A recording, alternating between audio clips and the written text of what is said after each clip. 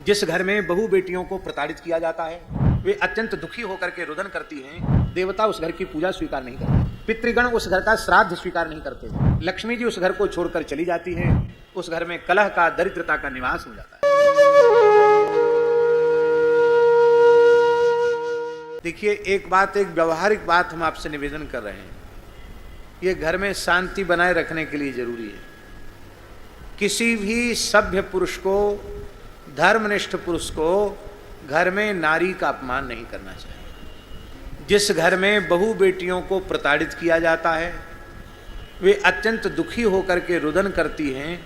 महाराज जी, पुराणों में लिखा है, देवता उस घर की पूजा स्वीकार नहीं करते, पितृगण उस घर का श्राद्ध स्वीकार नहीं करते हैं, लक्ष्मी जी उस घर को छोड़कर चली जाती हैं। उस घर में कलह का, दरिद्रता का निवास हो जाता है।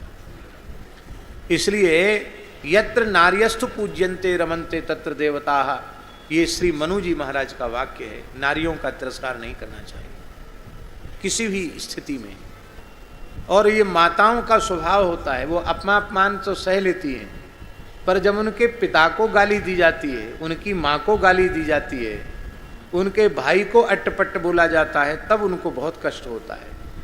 क्योंकि जिन माता पिता भाई ने हमको इतना प्यार दिया और हमको रोते रोते विदा किया, और आज उनके लिए हमको सुनना पड़ रहा है।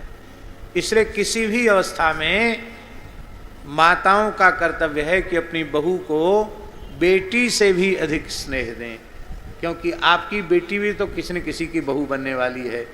आप बेटी से ज़्यादा स्नेह अपनी बहू को देंगे तो आपकी बेटी भी जहाँ जाएगी उसको आपकी बहू से ज़्यादा सम्मान मिलेगा। और आप अपनी बहू का आदर नहीं करेंगे तो आपकी बेटी भी कहीं बहू बनकर जाएगी, उसको भी वही तिरस्कार भोगना पड़ेगा। क्योंकि जो जस करे सो तस फल चाखा, ये व्यवस्था है। दशरथ जी ने क्या कहा तीनों रानियों से?